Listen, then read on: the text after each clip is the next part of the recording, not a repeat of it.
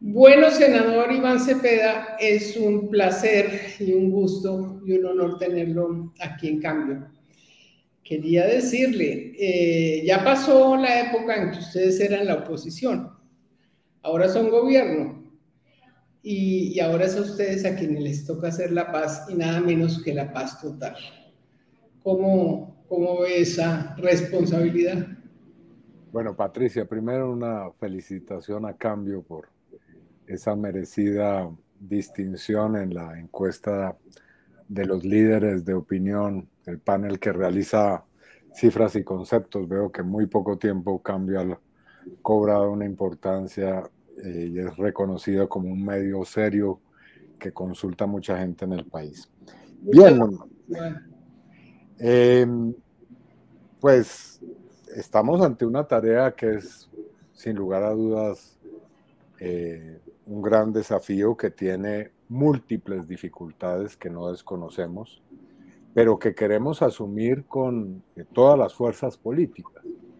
Esta es una paz que queremos construir con todas y todos, incluidos sectores que en el pasado más reciente pues estuvieron de alguna manera en la otra orilla, en la crítica a los procesos de paz y de alguna manera aislados o autoexcluidos de esos procesos. Así que es una paz que es incluyente y en la cual, por supuesto, el gobierno tiene la primera de las responsabilidades, eh, es su tarea esencial además y debe cumplirla de la manera más disciplinada, organizada y eficaz posible. Así Eso que significa, estamos empeñados en eso. eso significa que estarían dispuestos a que el uribismo ingresara al combo de la paz total. Pues hemos hecho esa invitación desde el comienzo y creo que el planteamiento de nuestra política como una política que apunta a un acuerdo nacional va en ese sentido. Queremos un acuerdo nacional sobre muchos aspectos esenciales de la vida del país y por supuesto que la paz es uno de ellos. Ahora, el pasado 8 de octubre mostramos que eso no era simplemente un ejercicio retórico, sino que procedimos a hacer un acuerdo con la Federación Colombiana de Ganaderos, que es un sector pues diverso, pero que en el que predomina sin lugar a dudas eh, una simpatía por el centro democrático y por las corrientes afines. Así que eso demuestra que esa disposición ha trascendido simplemente las declaraciones y que se va concretando en hechos políticos, que es lo que queremos. Un acuerdo impensable del cual usted fue como promotor. ¿Se lo inventó Iván Cepeda ese acuerdo?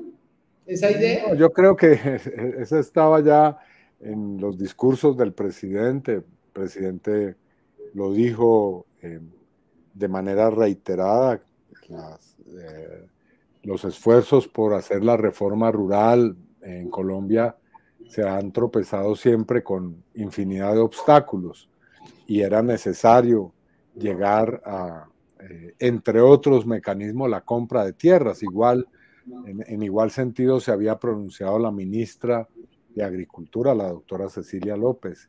Y coincidencialmente también el, pues el director de Fedegan, el doctor José Félix Laforía. Así que encontramos esa coincidencia y en consecuencia se ha procedido a redactar un acuerdo y es parte de las herramientas con las que cuenta hoy el gobierno nacional para emprender la reforma rural integral, que entre otras cosas ya está en curso. ¿Cómo se va a financiar la compra de esos 3 millones de hectáreas y en qué tiempo? Bueno, aquí es el ministro Campo el que tiene, por supuesto, eh, la conducción de ese aspecto de este asunto, pero ya le hemos oído a él precisamente algunas cosas en ese sentido. En el presupuesto general de la Nación este año hay un incremento importante del rubro destinado al Ministerio de Agricultura y con una destinación específica, que es precisamente la compra de tierras.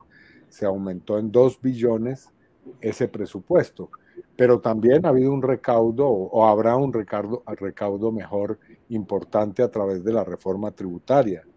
Y de ahí en adelante hay que también explorar otras fuentes. Hay que apelar a la propia empresa privada, a la cooperación internacional, hay que buscar salidas, no solamente para comprar las tierras, por supuesto, que es la responsabilidad del Estado, y de hacerlo además bien, porque como lo ha dicho la ministra López, no se va a comprar cualquier clase de tierras, esto será un procedimiento riguroso. También hay necesidad de recursos para fortalecer la institucionalidad agraria en el país. También se requieren recursos para, una vez compradas las tierras, hacerlas productivas, lo cual también es una inversión importante, pero todo eso se puede ir logrando si se hace de manera sistemática y rigurosa. Una pregunta que me he hecho yo a ese respecto es ¿a qué precio se van a comprar? He sabido que los ganaderos no son muy buenos valorizando sus tierras y que el catastro está a unos precios bastante bajos. ¿A qué precio se va a comprar? ¿Del catastro? Sí, en el acuerdo que se suscribió el pasado 8 de octubre, esas reglas del juego quedan claras. Hay un método oficial para ese tipo de transacciones que incluye varios parámetros y varias instancias. Una de ellas es precisamente el catastro multipropósito, pero también ahí hay que tener en cuenta una metodología que está a cargo del Instituto Geográfico Agustín Codazzi, y también la experiencia que tiene la Agencia Nacional de Tierras en esta materia. Es cierto, el Estado colombiano no ha comprado muchas tierras, entre otras cosas. Una estadística que se nos entregaba al comienzo de este proceso indicaba que en un año la Agencia Nacional de Tierras, que es la agencia del Estado encargada de estos asuntos, no había adquirido más de 20.000 hectáreas en un año. Y que ese es un procedimiento además absolutamente engorroso. Pero por supuesto ya se está trabajando en eso. No se puede aspirar a hacer la reforma rural con esa clase de, procedimientos y con esa clase de mecanismos que en la práctica lo que hacen es desalentar cualquier posibilidad de que un proceso de estos tenga éxito. Bueno, ya se aprobó la ley de paz total, ahora ¿qué sigue, senador? Pues varias tareas simultáneas. Una de ellas es esta de la reforma rural y de la implementación del acuerdo de paz, que como se sabe es una prioridad del gobierno y pues que está desplegándose no solamente en materia de reforma rural, sino también en otros capítulos como el de la reforma política, como también el de el diseño de una nueva política frente al tema del narcotráfico y de la llamada guerra contra las drogas, que es una exigencia que no solamente está planteada en el acuerdo de paz, sino también desde distintas instancias.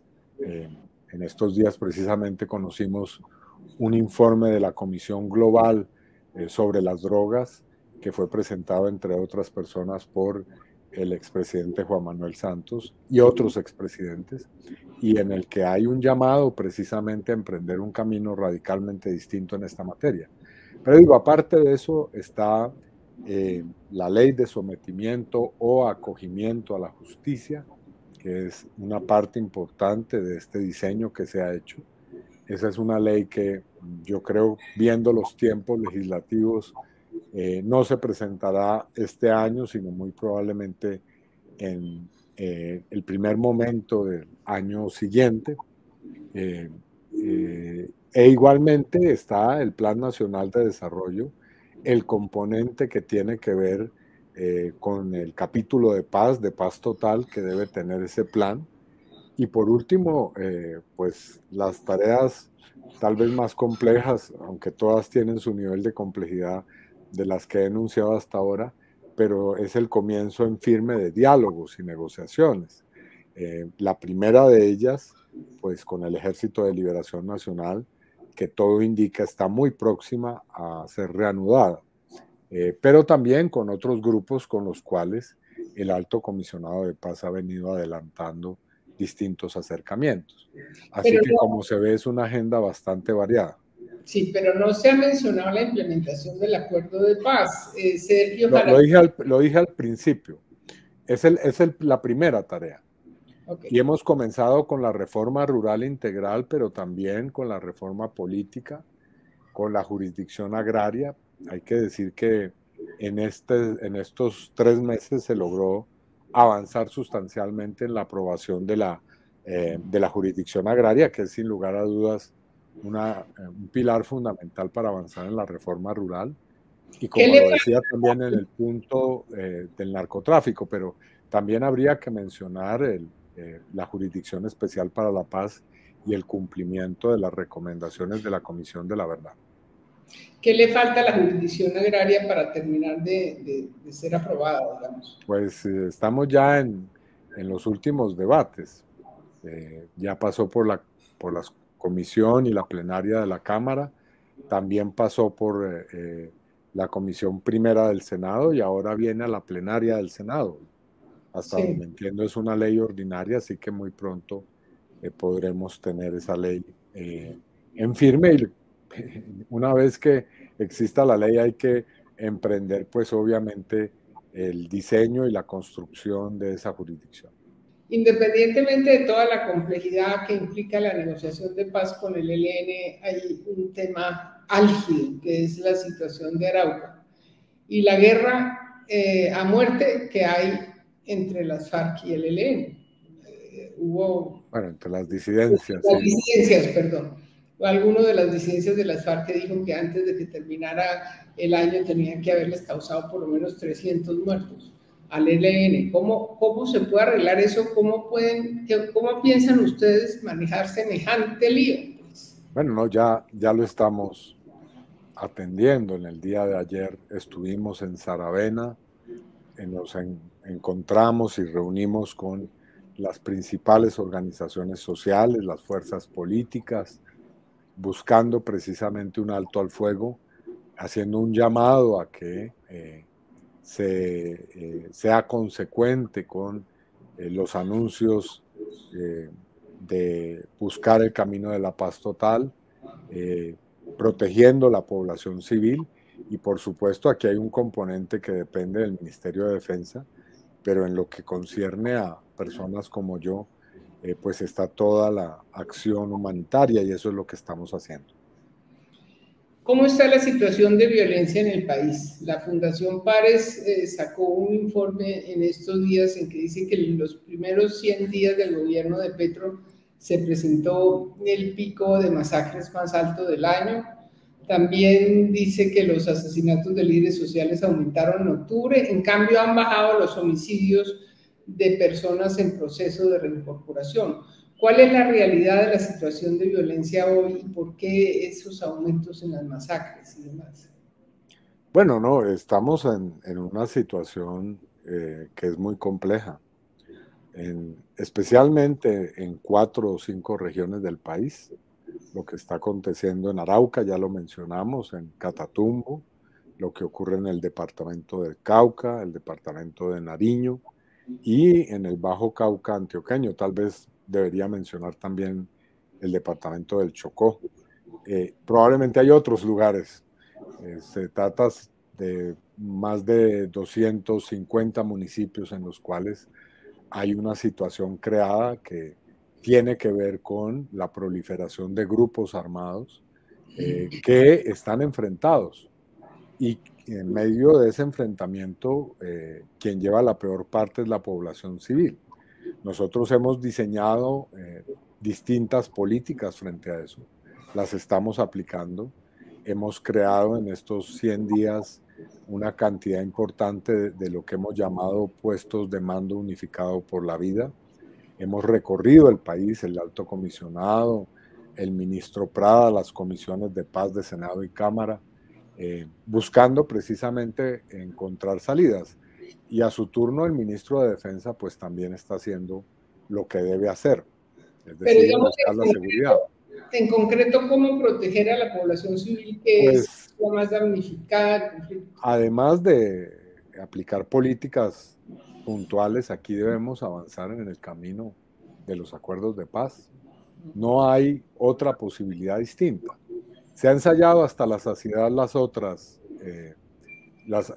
fórmulas que tienen que ver fundamentalmente con militarizar los territorios, desarrollar presencia intensiva de la fuerza pública, del ejército, de la policía, y eso ha conducido precisamente a la situación en la que estamos.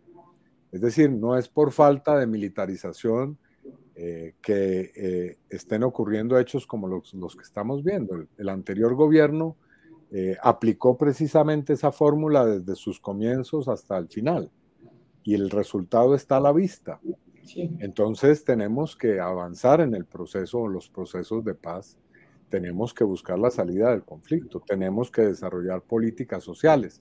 Obviamente los ritmos de ese tipo de políticas es lento, y es lento con relación a situaciones que están aconteciendo diariamente.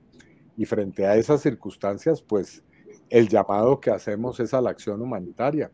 En eso estamos trabajando con la Iglesia Católica, estamos trabajando con las organizaciones internacionales presentes en los territorios y con los partidos políticos que están efectivamente respondiendo a este llamado. El ex negociador Sergio Jaramillo, ex negociador del acuerdo con las FARC, dijo esta frase, dijo, esto funciona con garrote y zanahoria, por eso no se puede empezar a hacer ofrecimientos a la vez que se debilita la inteligencia del país. ¿Usted qué opina de eso, senador? ¿No tiene algo de razón el negociador Jaramillo? No creo, yo creo que precisamente tanto garrote es el que ha traído el problema hasta el punto en el que estamos. Y más que garrote y zanahoria, lo que debe haber es presencia del Estado en los territorios, algo que no se ha hecho y que debió hacerse en su momento y en los últimos años.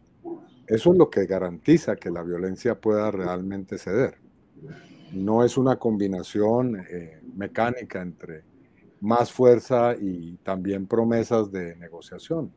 Las comunidades que están afrontando diariamente la muerte en los territorios no entienden ese tipo de fórmulas abstractas. Requieren soluciones hoy, concretas.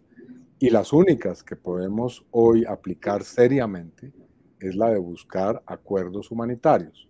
El problema de los acuerdos humanitarios no es un problema que sea del orden de la estrategia de una negociación, es un problema del deber del Estado de garantizar la vida de las comunidades. Y por lo tanto creo que es en esa tarea que tenemos que empeñar. ¿Cómo están las relaciones entre el gobierno y las Fuerzas Armadas y de Policía? ¿No quedaron resentidos después de la remesón? Pues, hay la sensación en el país de que la inseguridad ha aumentado. ¿Sí están actuando o se están haciendo como los remolones, digamos? Yo creo que sí, sí se actúa y creo que hay evidencia de eso diariamente. Miembros de la fuerza pública que sacrifican su vida en medio de acciones para contrarrestar, bien sea la delincuencia o en enfrentamientos. Efectivamente, no, los cambios no caen bien en todos los sectores, pero se están haciendo y creemos que son cambios necesarios, creemos que esos cambios son saludables. El cambio de política de seguridad o por lo menos de concepción en la seguridad creo que es fundamental De hecho, para evitar y descender creo que es fundamental para evitar y lograr descensos en materia de violación de derechos humanos. Lo que no hemos visto en estos meses es noticias sobre bombardeos en los cuales aparezcan niños muertos sí. o acciones en las cuales se hable de acciones extrajudiciales o de ejecuciones extrajudiciales por parte de la fuerza pública. Y creo que ese es un avance a tener en cuenta. Eh, La ley de paz total permite que se hagan acuerdos parciales. Sin embargo, Humberto de la Calle ha dicho que los acuerdos parciales le restan garantías de cumplimiento y seriedad a la negociación y que rompen con el principio de que nada está acordado hasta que todo está acordado. ¿Qué piensa de esa crítica de Humberto de la Calle? Como todas las opiniones del doctor Humberto de la Calle, respetable y merece análisis y conversación, y creo que la tuvimos en el debate que se dio en el Congreso. Y el argumento que nosotros presentamos en esa oportunidad es que un acuerdo parcial gira en torno a dos circunstancias concretas. Un acuerdo parcial puede tener un carácter humanitario y no debiera haber ningún obstáculo para que se pacten, por ejemplo, alto al fuego o cese de hostilidades en medio de una negociación. Es más, el derecho internacional humanitario y sus convenios así lo estipulan, la posibilidad de que haya acuerdos especiales. Pero en segundo lugar, el Estado pudiera y debe, yo diría más que poder, debe, asumir acuerdos parciales con relación a cumplir sus deberes constitucionales. Si en una mesa de conversaciones se plantea que el Estado debe cumplir tal o cual premisa que está en la Constitución, no veo por qué no pueda hacerse un acuerdo sobre ese particular, si es parte de los deberes que debe cumplir el Estado. Y obviamente eso implica también poner en práctica esos acuerdos. Repito, siempre y cuando entren en la órbita de lo que tiene que ver con los deberes constitucionales del Estado, de garantía de derechos, de garantizar servicios, de hacer presencia en los territorios. Ahora, se dice que, ¿y si fracasa el proceso de paz? Pues si fracasa el proceso de paz, lo único grave que pasaría es que el Estado está cumpliendo sus funciones. Y yo creo que eso no está mal. Sí, claro. Sí, eso es indudable. Además, digamos, en caso de comunidades como Chocó y esos pueblos que sufren tanto, ¿cómo se les va a privar de acuerdos humanitarios? Correcto, y yo debo decir claramente que el gobierno no piensa eh, eh, invertir tiempo prolongado en discutir en mesas de conversación cuáles son sus deberes. Esos deberes deben ser cumplidos por el Estado. Y lastimosamente en otras negociaciones en el pasado, eso ha ocurrido. Largas discusiones sobre si el Estado debe cumplir o no esos deberes y en qué proporción debe hacerlo. Bueno, pues el Estado debe cumplir sus obligaciones al máximo. Para eso es Estado. El doctor de la Calle ha dicho también que el único tratamiento posible para todas las disidencias, desde el Frente Primero a la Segunda Marquetalia, debe ser el sometimiento colectivo a la justicia. ¿Usted qué dice? Pues ya esa discusión pasó, por lo menos en términos legislativos. Lo que ha quedado consagrado en la prórroga de la Ley 418 del 97 es otra cosa, y es que el Estado definirá, y el gobierno, perdón, en este caso, el tratamiento que le da a esos grupos, y que no hay, digamos, en principio, lo que el doctor de la Calle llamó desertores con los que no pueda haber una negociación política. Eso no quedó consagrado en la ley.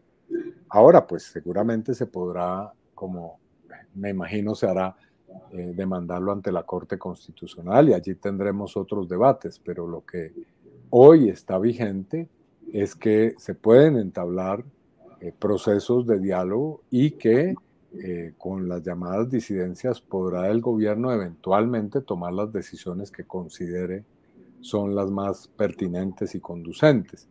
Ahora, en el caso de la segunda Marquetalia, o de la llamada segunda Marquetalia, que es el caso que ha suscitado la mayor discusión en el Congreso, pues hay un elemento que está presente y que debe ser también abocado, y es no solamente el tratamiento judicial que se le dará a estas personas que dejaron el proceso de paz y por lo tanto, pues también dejaron la Jurisdicción Especial para la Paz, sino también el hecho de que hubo denuncias concretas, y no solo de estas personas, sino de otros ciudadanos también, en las que se hablaba de entrampamiento, de Comenzando, una agresión al proceso de paz que debe ser esclarecido. comenzando por Sergio Jaramillo, que habló de entrampamiento en su momento. Pues ese asunto no puede pasar como si se tratara de un asunto banal, ¿no? Habrá que aclararlo. Pero usted confía en Iván Márquez. ¿Usted cree que Iván Márquez, después de todo lo que ha pasado, sí cumpliría su palabra? Yo confío en los hechos que las personas que estén en un proceso de paz pues realicen, no sobre sus promesas y discursos. Si el señor Iván Márquez entra en un proceso y decide reincorporarse a la vida civil, tendrá que cumplir unos presupuestos. Ahora, aquí se ha dicho, bueno, y si vuelve a incumplir, pues tendremos que asumir esa circunstancia como lo hemos asumido en otros momentos, pero sería importante que el Estado también cumpla para que por lo menos se evite un peligro que genera esa circunstancia para los procesos de paz. ¿Cómo van las conversaciones con las llamadas estructuras armadas organizadas de crimen de alto impacto, es decir, los mafiosos, digamos, el Clan del Golfo, etcétera? ¿Cómo va eso? Pues yo no conozco los detalles puntuales en cada caso, pero lo que sí puedo decir es que el comisionado ha informado, comisionado Danilo Rueda, que se han venido adelantando distintos procesos exploratorios, diálogos que deberán conducir a algún resultado en los próximos meses. Para que esos diálogos tengan posibilidad, pues se requiere también de la ley de acogimiento a la justicia, y ese proceso también es importante surtirlo. ¿Por qué no se ha hecho hasta el momento? Bueno, porque hemos estado atendiendo el trámite de la ley de paz total, que era la que ponía la base legal y jurídica para poder desarrollar este otro asunto. ¿No ha habido ahí un poco de ingenuidad en el sentido de que, pues, estos tipos, a diferencia de los, digamos, grupos guerrilleros, no han tenido ningún móvil político? Lo único que los ha movido es el dinero, el afán de lucro. Entonces, digamos que se hace un pacto con unos jefes de un grupo que garantiza que no sigan sus subalternos narcotraficando y pasándoles billete por debajo, o simplemente si los jefes están aburridos de que los persigan y quieren vivir tranquilos, que los otros no continúen con el negocio. Es decir, ahí se requiere un poco el garrote, senador, ¿no cree? Bueno, hasta ahora no se ha firmado ninguna clase de acuerdo ni se ha hecho ninguna clase de procedimiento que dé visos de que eso pueda ocurrir. Como lo decía, a lo máximo que se ha llegado es a una fase exploratoria de diálogo.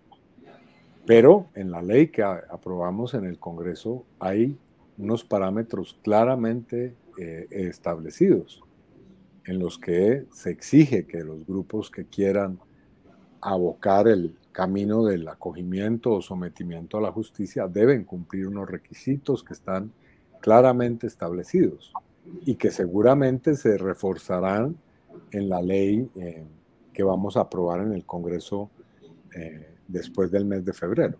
Entonces, no creo que se pueda hacer todavía ningún balance o afirmación seria sobre hechos que no se han producido. Usted participó en la época del gobierno de Santos de las aproximaciones con el Clan del Golfo.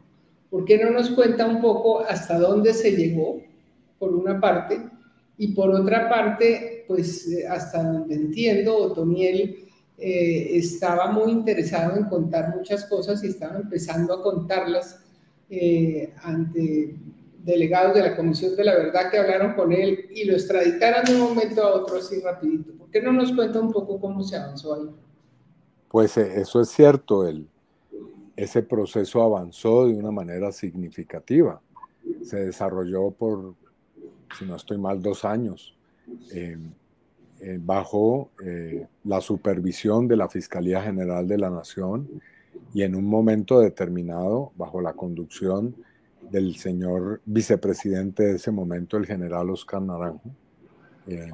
En esos diálogos que se tuvieron con personas que representaban a ese grupo, se alcanzó incluso al punto en el que se podía llegar a una desmovilización de una parte, por lo menos, pero una parte sustancial de ese grupo. Ahora, ¿por qué no pudo avanzar ese proceso? Yo atribuyo ahí responsabilidad a la manera en cómo fue gestionada y cómo fue aprobada la ley que se hizo para ese fin por parte de la Fiscalía General de la Nación, que era una ley que realmente dificultaba al extremo esa posibilidad. Y realmente, pues lo que vimos fue cómo se frustró ese proceso y no se pudo llegar a esa desmovilización que hubiera podido ser altamente benéfica para el país. El presidente Gustavo Petro tuvo una conversación con el expresidente Juan Manuel Santos, y entiendo que usted también conversa con Santos. Santos es un partidario rotundo del proyecto de paz total, o tiene algunas críticas como las tienen de la Calle y Jaramillo. Pues yo he escuchado palabras de apoyo del presidente Santos a la gestión que se hace en este gobierno en materia de paz. Tiene críticas, por supuesto, que hemos escuchado muy atentamente. Él considera que es necesario evitar cualquier descuido en materia de implementación del acuerdo de paz. Considera que es fundamental atender la institucionalidad del acuerdo y fortalecerla y avanzar en la dirección también de otros procesos, teniendo en cuenta que hay que diseñar claramente una ruta y analizar cada paso que se da de una manera rigurosa. Esas recomendaciones las tomamos en cuenta, atendemos no solamente por venir de quien vienen, sino porque consideramos son sensatas y tienen un carácter constructivo, nos ayudan a avanzar en este camino. Sí, como diría el expresidente Uribe, que le cuiden mucho su huevito. Bueno, ese es nuestro realmente, lo empollamos. Digamos que, bueno, no vamos a seguir por estas metáforas avícolas, pero realmente ese fue un trabajo hecho Sí. de la mano con muchas fuerzas políticas que sin lugar a dudas pues tuvo Sí. la conducción y la conducción brillante del expresidente Santos. Una pregunta así como muy osada. ¿En cuánto tiempo cree usted que comencemos a ver la paz total o a sentirla más que verla? Bueno, yo espero que lo más pronto posible. Somos conscientes de la magnitud de este reto, pero esperamos que el resultado se pueda ver pronto. No sé si de la paz total, pero por lo menos sí de avances muy importantes en esta materia. Estamos trabajando para ello y más que fijar vaticinios, cálculos sobre fechas o tiempos, lo que hacemos es empeñarnos a fondo en la tarea. La relación con los Estados Unidos es fundamental en este tema de la paz, especialmente en lo relacionado con la paz con los narcotraficantes, porque implica modificaciones a la extradición. El resultado de las elecciones de Mitaca no fue tan malo para los demócratas como se esperaba, pero ese manejo, ¿cómo lo ve, senador? Pues como indispensable, yo creo que esa es una dimensión fundamental de todo este proceso y así lo entiende el gobierno, que desde antes incluso de posesionarse el presidente de la República adelantó diálogos con las autoridades estadounidenses, ha visitado Washington, ha recibido visitas de Washington también y está trabajando para que estas políticas que estamos diseñando se hagan en medio del diálogo, no simplemente del anuncio o la notificación, porque atañen a las relaciones bilaterales o binacionales y por lo tanto deben ser conversadas y en lo posible consensuadas también. Una curiosidad, senador, después de que ustedes fueron oposición toda la vida, ¿no? Y ahora son gobierno y ven lo difícil que es lograr que las cosas pasen y que las cosas se hagan. Al mirar para atrás, ¿no cree que a veces de pronto fueron injustos con los gobiernos anteriores? Es posible que cometiéramos errores y exageraciones, pero yo debo decir que nosotros ejercimos la oposición en condiciones muy difíciles, ¿no? Y no hay que olvidar de dónde venimos. Fuimos objeto de toda clase de persecuciones, incluso de persecuciones criminales.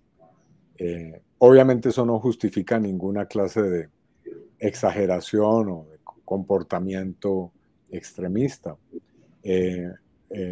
Pero yo debo decir que la oposición hoy tiene condiciones muchísimo más apropiadas para hacer su trabajo que en lo que nos tocó a nosotros. Nosotros somos un gobierno que ha ofrecido garantías y estamos comprometidos con eso. Ahora bien, dicho eso, sí sentimos el peso de la responsabilidad, pero también las ventajas de ser gobierno. Digamos, a nosotros esa pregunta del poder para qué, pues esa por lo menos yo creo que la estamos resolviendo. Sí sabemos dónde queremos ir, sabemos cuáles son nuestras metas y nuestros objetivos. Ahí están para la discusión, no esperamos unanimidad en torno a esos propósitos, pero bueno, estamos avanzando en ellos. ¿Qué consejo le daría usted al presidente Petro? No sé, tal vez comunicación, mejor comunicación no de él, que él es una estratega de la comunicación como pocos, sino tal vez en otras áreas del gobierno.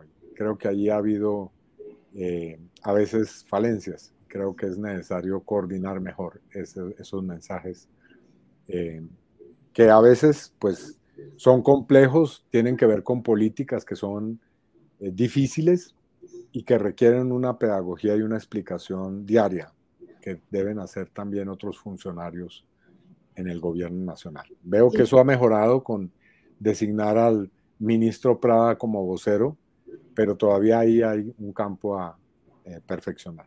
Y mejor comunicación, supongo, también de él con sus ministros y con sus funcionarios próximos, digamos, más frecuente. Bueno, no, yo creo que hay comunicación en ese sentido. Es más, creo que hay consejos de ministros maratónicos y de ministras, en este caso.